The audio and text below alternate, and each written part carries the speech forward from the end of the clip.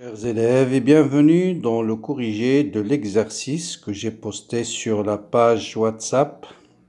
C'est un exercice sur le circuit RLC, régime forcé, donc c'est essentiellement, ça concerne les élèves de sciences maths, cette vidéo-là. Bien, on va parler du facteur de qualité, on va parler du facteur de phase, on va parler de la bande passante. Bien, on vous dit, l'exercice est le suivant. On réalise un circuit série, donc RLC série, qui comprend une bobine, une résistance de résistance négligeable, un condensateur et une résistance grand R. Donc, c'est un circuit RLC classique qu'on va alimenter par un GBF. Donc, vous avez un GBF, une résistance, un condensateur et une bobine. Bien.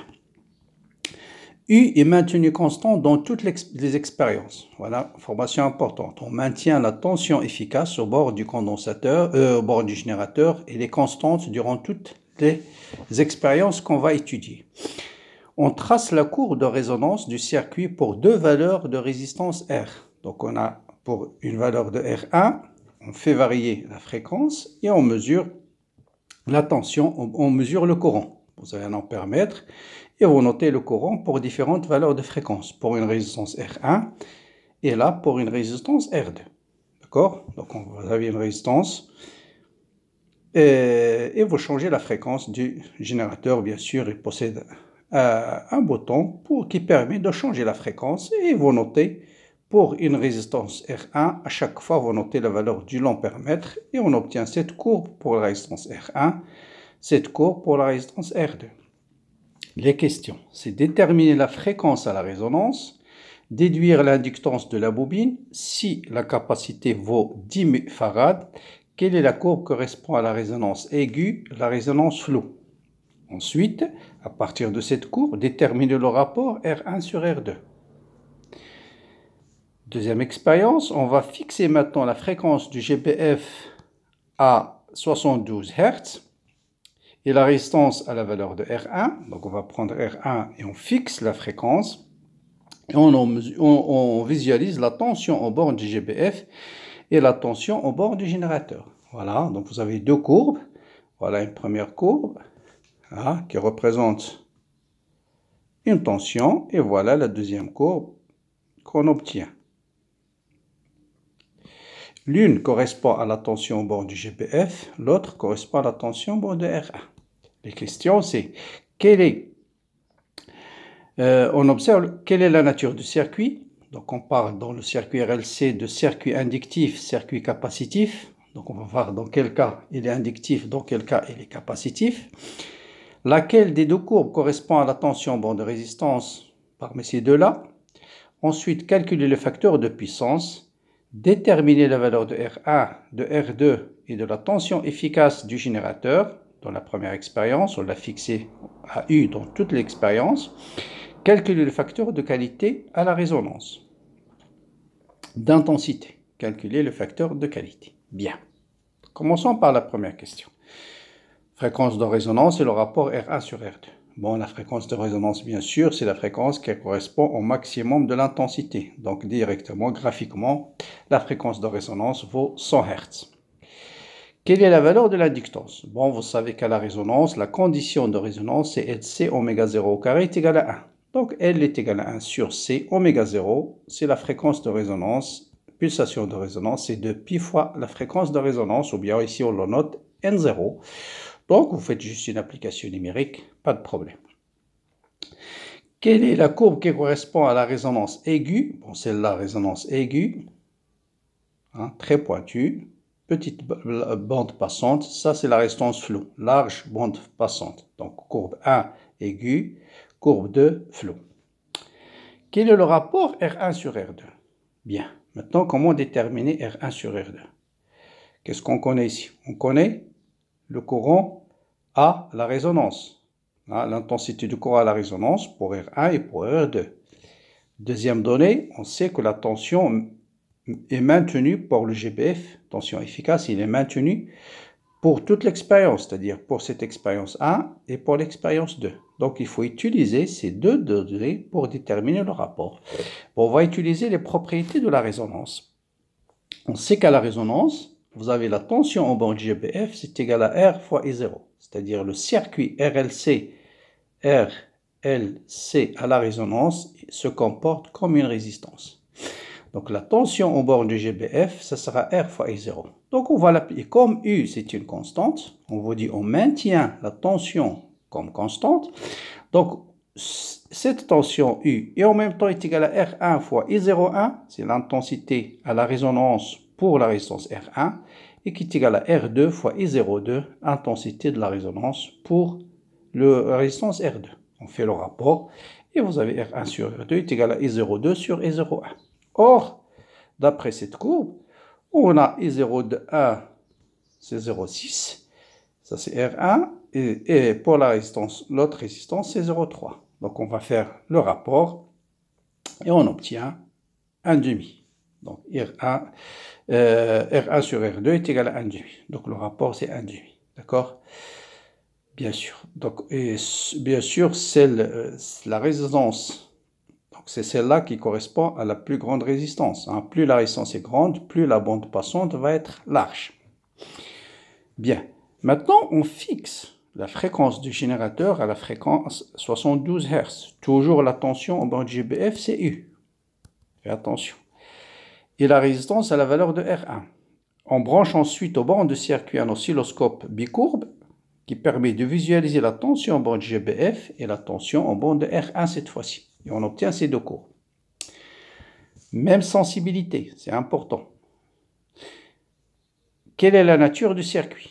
Bon, dans le circuit RLC, on parle de circuit capacitif ou circuit inductif. Quand est-ce qu'on parle de circuit capacitif?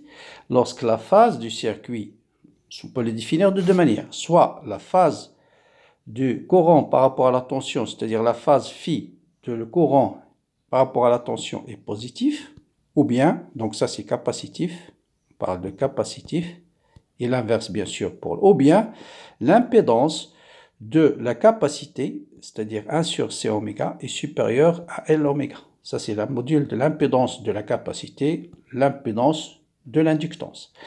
Donc, si 1 sur C oméga est supérieur à L oméga ou la phase est positive, on parle de circuit capacitif. Inversement, si la phase est négative ou bien 1 sur C oméga est inférieur à L oméga, le circuit est inductif. Bien. Ici, bien sûr, on va d'abord attribuer les courbes. Quelle est la courbe qui correspond à la résistance? Quelle est la courbe qui correspond au GBF? Bon, là, il suffit d'utiliser deux choses. Vous savez que dans un circuit RLC, la tension en bord du générateur en fonction de la fréquence, c'est R carré plus L oméga moins 1 sur C oméga au carré fois I. Donc vous voyez que la tension en bord du GBF est toujours supérieure ou égale à la tension au bord de la résistance. Il est égal à la tension au bord de la résistance à la résonance, parce que ce terme est égal à 0. Sinon, cette tension, elle est toujours supérieure à la tension de la résistance. Donc tout de suite, puisqu'ils sont en même sensibilité, ça c'est la tension en bord du GBF, ça c'est la tension en bord de R1. Bien. Maintenant, on voit que R1, elle est en avance de phase par rapport à la tension au bord du GBF. Ça veut dire la phase, elle est positive. Donc, le circuit, il est capacitif. On peut les déduire tout de suite comme ça. Ceux qui ont encore des problèmes avec savoir est-ce qu'il est en avance ou en retard, j'ai fait une vidéo complètement dédiée à ces points-là pour déduire comment, ou bien pour déduire facilement lequel qui est en avance, lequel qui est en retard. Bon, je rappelle brièvement le principe. Donc, vous tracez sur un cercle ici le temps, ici la tension au bord du R et la tension au bord du GBF. Et vous prenez un point T, par exemple, ici T égale à 0 comme origine.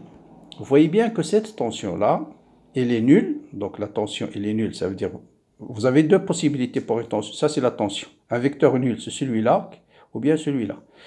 Hein? Le module de celui-là, la projection de celui-là sur Y, c'est 0. La projection de celui-là, c'est Y égale à 0. Mais, la tension ici, elle monte. De 0, il monte. Donc, c'est 0 et elle monte. Donc, il ne peut être que ce vecteur-là. Parce que si vous prenez ce vecteur, et si le temps augmente, vous voyez bien que la tension va devenir négative. Alors là, la tension devient positive jusqu'à atteindre sa valeur maximale. Donc, voilà le vecteur qui correspond à I de R, à cette courbe-là. Le vecteur qui correspond à celle-là. Donc, il a une valeur négative. Ah.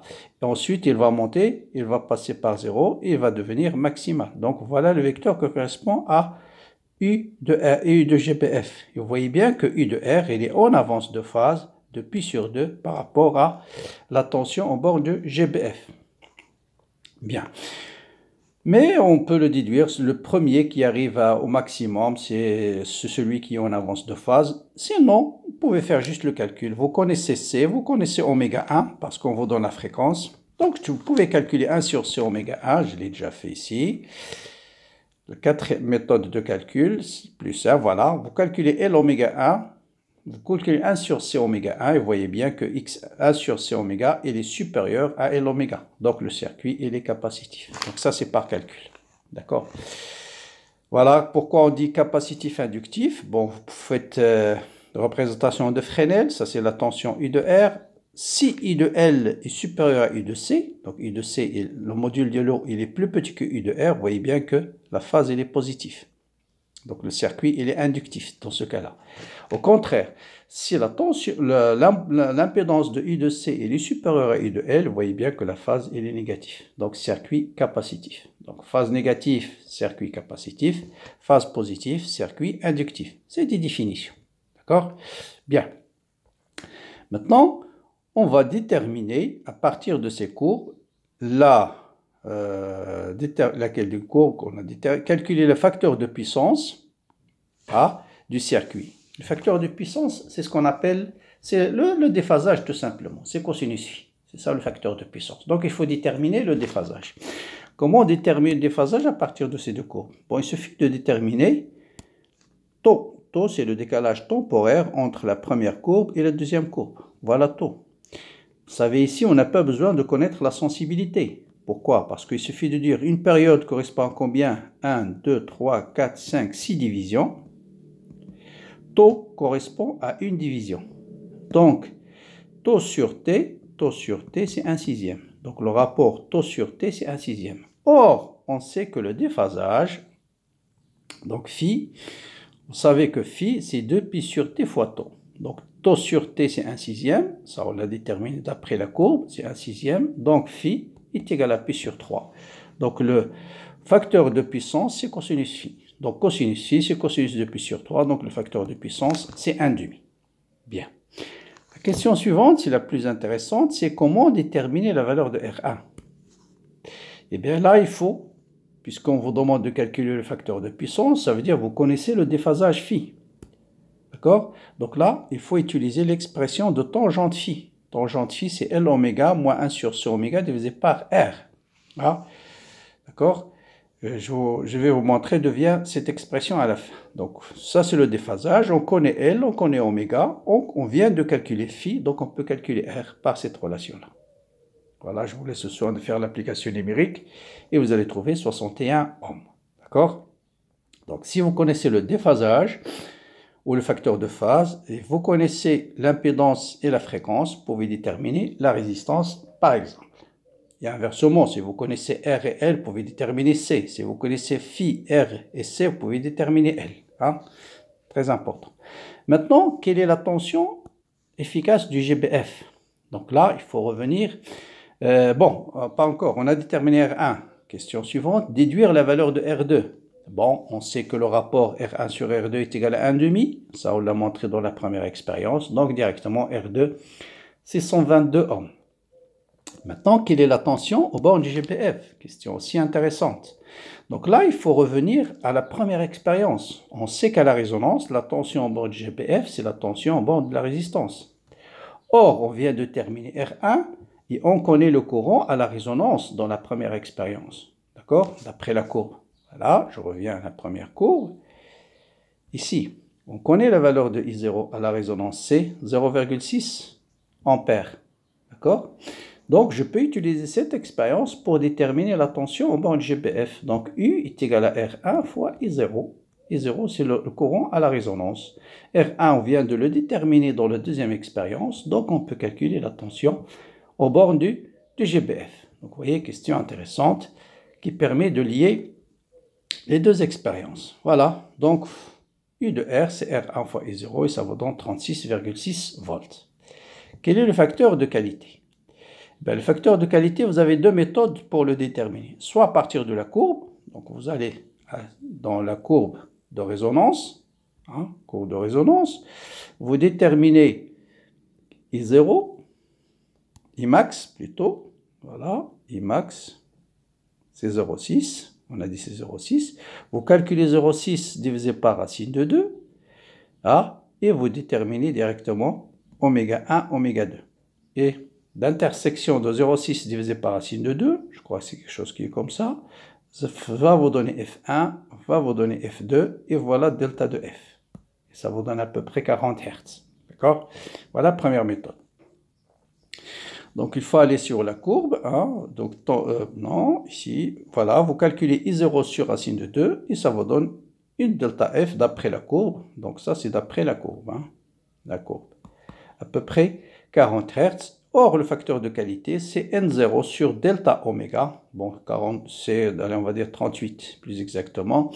100 sur 38, ça vous donne 2,6. D'accord?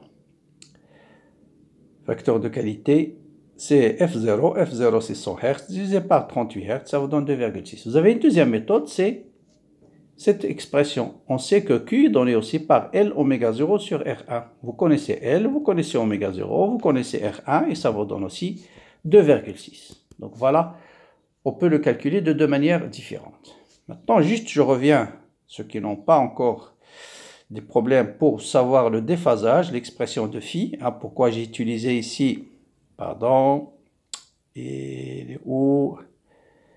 voilà, pourquoi j'ai utilisé tangente phi est égal à L oméga moins 1 sur C oméga sur R. Donc là, il suffit de savoir, je ne sais pas s'il est encore dans le programme marocain de sciences maths, la notion d'impédance. Vous savez que l'impédance d'un condensateur, c'est 1 sur JC oméga, qui est égal à moins J sur C oméga.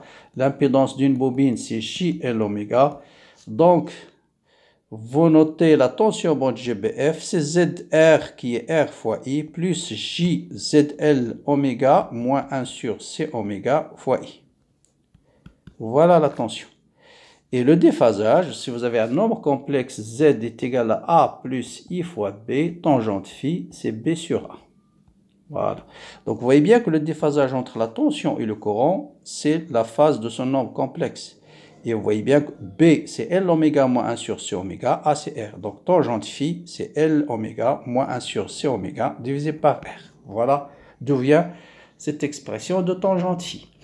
Voilà pour cet exercice où vous avez beaucoup de notions sur le circuit RLC en régime forcé, mais souvent, les questions qu'on vous pose au baccalauréat, c'est concernant la résonance, la bande passante, et puis souvent, ce n'est pas des questions difficiles. Donc voilà, j'espère que cette vidéo vous a éclairé un peu sur le circuit RLC. Il vous reste juste à le liker, le partager. Merci pour votre suivi. Bon courage et à bientôt.